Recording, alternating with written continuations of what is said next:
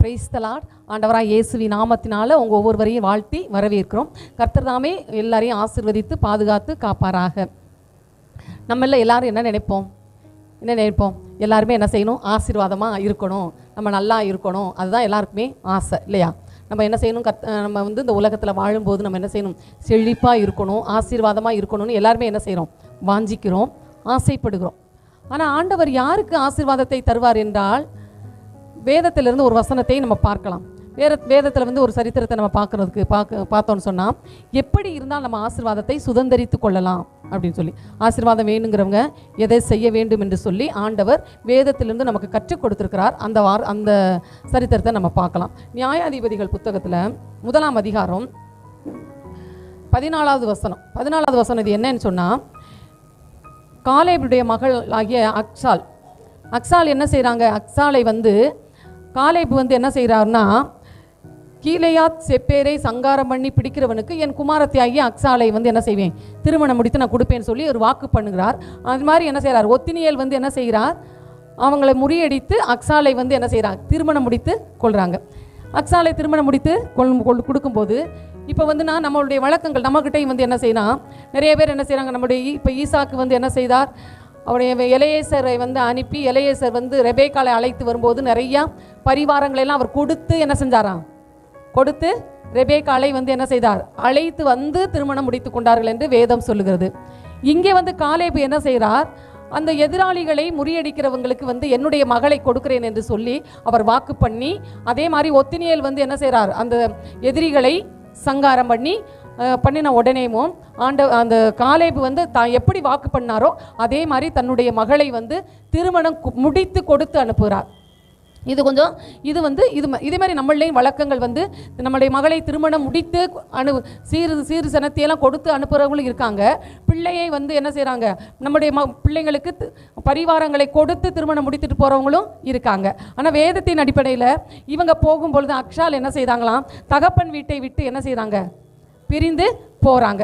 பிரிந்து போகும்பொழுது எல்லாருக்கும் எப்படி இருக்கும்? அந்த வீட்டார் எல்லாம் அந்த வீட்டில் நிறைய நாள் வாழ்ந்த மகள், பிறந்து வளர்ந்த மகள் இன்னொரு இடத்துக்கு போகும் பொழுது, இப்போ நம்ம வழக்கத்தின்படி பெண் பிள்ளைகளை திருமணம் முடித்து கொடுக்கும் பொழுது அந்த தகப்பன்மார் என்ன செய்வாங்கன்னா, அந்த தாய் தகப்பன் உடன் பிறந்தவங்க எல்லாருமே என்ன செய்வாங்க? ரொம்ப கஷ்டமாக இருக்கும் அந்த இடத்துல. அது வரைக்கும் நம்ம வீட்டில் வளர்ந்த மகள், பிறந்த மகள் என்ன செய்கிறாங்க? ஒரு நாற்று ஒரு இடத்துலேருந்து இன்னொரு இடத்துக்கு பிடுங்கி நடுகிறதை போல தான் பெண்களுடைய அனுபவம். அப்போ இந்த பெண் எப்படின்னா, இன்னொரு வீட்டுக்கு போகும் பொழுது பெற்றவங்க என்ன செய்கிறாங்க? பெற்றார் என்ன செய்கிறாங்க? பிள்ளைங்களுக்கு என்ன செய்கிறாங்க? பெண் மகளுகளுக்கு சீர் சனத்தையெல்லாம் கொடுத்து அனுப்புவது நம்மளுடைய வழக்கம். அப்போ அதை வேதத்துலேயும் அப்படி தான் என்ன செய்கிறாங்க? இவங்களை அனுப்பும் பொழுது அவங்க என்ன கழுதையில் ஏறி இவங்க உட்காந்த உடனே பார்க்குறாங்க, அப்பா இவங்களுக்கு என்னது ஷேரெல்லாம் கொடுத்து அனுப்பி விடுறாரு. அக்சால் என்ன செஞ்சுட்டாங்க? கழுதையில் ஏறி உட்காரும் பொழுது அவங்க திரும்பி பார்க்குறாங்க. திரும்பி எல்லா இடத்துலையும் பார்த்த உடனே தகப்பனுடைய வீட்டில் இருக்கிற செழிப்பானவைகளை நோக்கி பார்க்குறாங்க. ஹல்லேலூயா. அப்போ செழிப்பானவங்களை பார்த்த உடனே இவங்களுக்கு ஒரு ஆசை வந்துருச்சு. நம்ம தகப்பன் வீட்டில் இவ்வளோ செழிப்பான நிலங்கள்லாம் இருக்குது, நாம் என்ன செய்யணும்? இதை நம்ம தகப்பன்கிட்ட கேட்கணும்னு சொல்லி அவங்க மனதுக்குள்ளே ஒரு ஆசை வந்துருச்சு. அந்த செழிப்பான இடத்த பார்த்தோடனே ஆசை வந்த உடனே அக்சால் என்ன செய்கிறாங்க? ஏறின கழுதையிலிருந்து என்ன செய்கிறாங்க? இறங்குகிறாங்க. ஹல்லேலூயா.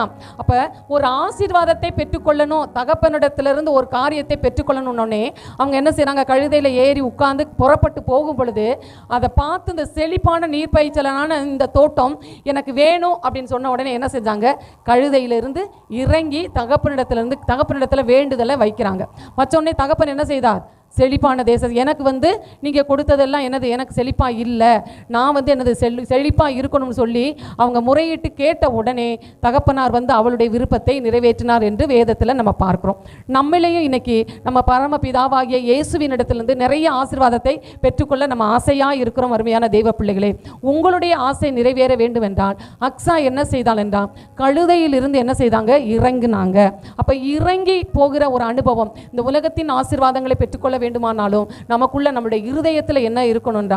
மேட்டிமையான எண்ணங்களை நம்ம எடுத்து போட்டு இறங்குகிற அனுபவம் நமக்கு இருக்கணும். அந்த கழுதையிலிருந்து இறங்குகிறாங்க. ஆண்டவர் என்ன சொல்றார்? தாழ்மை உள்ளவர்களுக்கு ஆண்டவர் என்ன செய்யறாராம்? கிருபை அளிக்கிறார். பெருமை உள்ளவர்களுக்கு தேவன் என்ன செய்யறார்? எதிர்த்து இருக்கிறார். சிலவங்களுக்கு பிறப்பே என்னது? பெருமை ஒட்டி இருக்கும். அப்ப அவங்களுக்கு அந்த பெருமை அவங்களுக்கே தெரியாது. தெரியாமே நிறைய பேர் என்ன செய்வாங்க, தாழ்மையாக இருக்கிற மாதிரி சில நேரம் இருப்பாங்க. ஆனால் நிறைய மனிதர்களுக்குள்ள அந்த பெருமையின் அனுபவம் இருக்கும் பொழுது அவங்களால உலகத்திலையும் சரி ஆவிக்குரியத்திலையும் சரி ஆசீர்வாதங்களை பெற்றுக்கொள்ள முடியாத ஒரு அனுபவம் இருக்குது. ஆனால் அக்ஷால் என்ன செய்தா, தன்னுடைய தான் ஏறி இருந்த அந்த கழுதையிலிருந்து இறங்கும் பொழுது தகப்பன கண்களிலிருந்து அவளுக்கு தயவு கிடைத்து அவர் என்ன செய்கிறார், உன்னுடைய விருப்பத்தின்படியே உனக்கு நீ விரும்பினதை உனக்கு தருகிறேன் என்று சொல்லி நீர்ப்பாய்ச்சலான தோட்டத்தை அவளுக்கு கொடுத்தார். அருமையான தெய்வ பிள்ளைகளே, நாம என்ன செய்யணும்? அந்த அக்ஷாலை போல நம்ம எந்த உயர்வான இடத்துல இருந்தா கூட நம்ம என்ன செய்யலாம், தாழ்மையா இறங்கி வரும் பொழுது ஆசீர்வாதத்தை பெற்றுக்கொள்ளலாம். அதே போல வேதத்துல இன்னும் ஒரு பெண்மணியை நம்ம பார்த்தோம்னு சொன்னா, அது வேதத்துல 1 சாமுவேல் 25:23 இவங்க எப்படின்னு சொன்னா, இவங்க பேரு அபிகையில். அபிகையில் என்ன செஞ்சாங்க அப்படின்னு சொன்னா, தன்னுடைய கணவனாராகிய நாபால் நன்றி இல்லாமல் அவர் நடந்து கொள்ளும் பொழுது தாவீதுக்கு என்ன செய்து, ரொம்ப கோபமும் மூர்க்கமும் வருகிறது. இந்த இடத்துல நம்ம எப்படி அவர் ராஜாவுடைய கோபத்துக்கு தன்னுடைய கணவன் ஆளானதுனால நிறைய ஒரு பிரச்சனைகளை சந்திக்க போறோம் என்று அவங்களுக்கு தெரிஞ்சிருச்சு. தெரிஞ்ச உடனே இவங்க என்ன செய்யறாங்க, நம்ம போய் இந்த கோபத்துக்கு எப்படியாவது தனித்தாதான் என்ன செய்ய முடியும், இங்க ஒரு அமைதல் உண்டாகும், ஒரு பெரிய அழிவிலிருந்து நாம என்ன செய்ய முடியும், பாதுகாக்கப்பட முடியும் என்று சொல்லி அவங்க என்ன செய்தாங்க, நிறைய பரிசு பொருட்கள் பரிவாரங்களை எல்லாம் கழுதையின் மேலே ஏற்றி கொண்டு தாவீதை சந்திக்க புறப்பட்டு போறாங்க. போகும் பொழுது தாவீதை நேரடியாக பார்த்த உடனே தாவீது பயங்கர மூர்க்கத்தில் இருக்காரு. நான் அவனுக்கு நாபாலுக்கு எவ்வளவோ நன்மைகள் செய்தேன், ஆனால் அந்த நன்மையை பெற்ற நாபால் என்ன செஞ்சுட்டான், எங்களுக்கு விரோதமாக என்ன செய்தான், தீமையான காரியங்களை என்னுடைய வேலையாட்களுக்கும் என்னுடைய ஆடுகளுக்கும் செய்துட்டானேன் என்று சொல்லி அவனை எப்படியாவது தீர்த்து கட்ட வேண்டும். அவன் தேசத்தில் ஒரு நாய் சுவரில் நீர் விடுகிற ஒரு நாய் கூட இருக்கக்கூடாது என்று மூர்க்கமா பயங்கரமா எழும்புறாரு. அந்த நேரத்தில் அபிகையில் என்ன செஞ்சுட்டாங்க, கழுதையிலிருந்து எல்லாத்தையும் ஏற்றி கொண்டு போறாங்க. அருமையான தெய்வ பிள்ளைகளை, ஏற்றி போகும் பொழுது தூரத்தில் தாவீதை பார்த்த உடனே தன்னுடைய கழுதையிலிருந்து கீழே இறங்கிட்டாங்க. இவ இறங்கின உடனே தாவீதுக்குள்ள இருந்த அந்த மூர்க்கமும் கோபமும் என்ன செஞ்சிருச்சு, அப்படியே தணிந்து போயிருச்சு.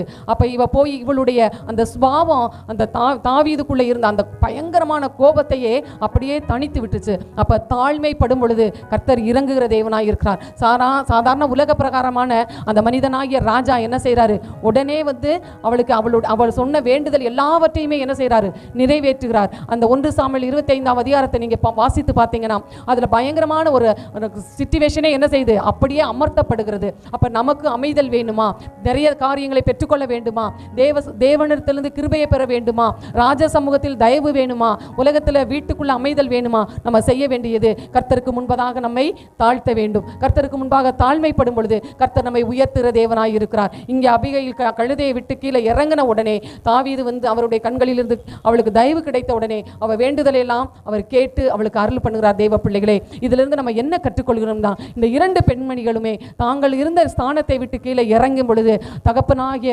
ஆண்டவருடைய கண்களில் இருந்து, அவங்க தகப்பனுடைய கண்களிலிருந்து கிருபை கிடைக்குது, ராஜாவின் கண்களிலிருந்து தயவு கிடைக்குது. நம்முடைய பரம பிதாவாகிய இயேசுவின் கண்களிலிருந்து நமக்கு கிருபை வேண்டும் என்றால் நாம என்ன செய்யணும், இருக்கிற ஸ்தானத்தை விட்டு எழுந்து முழங்கால் படியிட்டு நம்ம ஜெபிக்கும் பொழுது நம்ம வேண்டுதல் கேட்கப்படும். ஹல்லேலூயா. நம்ம என்ன விண்ணப்பத்தை கேட்டாலும் செழிப்பான ஆசீர்வாதமான ஒரு வாழ்க்கையை கர்த்தர் நமக்கு கட்டளை கொடுப்பார். அருமையான தெய்வ பிள்ளைகளே, அக்ஷாலுக்கு செழிப்பான நீர்ப்பாய்ச்சலான தோட்டத்தை கொடுத்த ஆண்டவர் நம்மளுக்கும் அந்த உலக பிரகாரமான ஆசீர்வாதம், ஆவிக்குரிய ஆசீர்வாதத்தை கொடுத்து நம்மை ஆசீர்வதிக்க அவர் வல்லமை உள்ள தேவனாய் இருக்கிறார். அபிகையிலின் வேண்டுதலை கேட்டு தாவீது அவளை ஆசீர்வதித்து அவர் இருந்த மூர்க்கத்தை தணித்து ஆண்டவர் கிருபை பாராட்டினது போல அவளை உயர்த்தினால் அந்த இடத்துல அவள் என்ன செய்கிறார், ராஜாத்தியாய் உயர்த்தப்படுகிறாள். அவளுடைய காரியங்கள் அடுத்து பார்க்கும் பொழுது அவள் ஆசீர்வாதத்தை பெற்றுக்கொள்கிறார். உலக பிரகாரமான ஆசீர்வாதத்தில் அவள் உயர்த்தப்படுகிறாள், ஆவிக்குரிய ஆசீர்வாதத்தில் அவள் உயர்த்தப்படுகிறாள். அருமையான தெய்வ பிள்ளைகளை, நாமளும் என்ன செய்யணும், கர்த்தருடைய பாதத்திலே நம்மளை தாழ்த்தும் பொழுது தேவன் நீர்ப்பாய்ச்சலான தோட்டத்தை கொடுத்து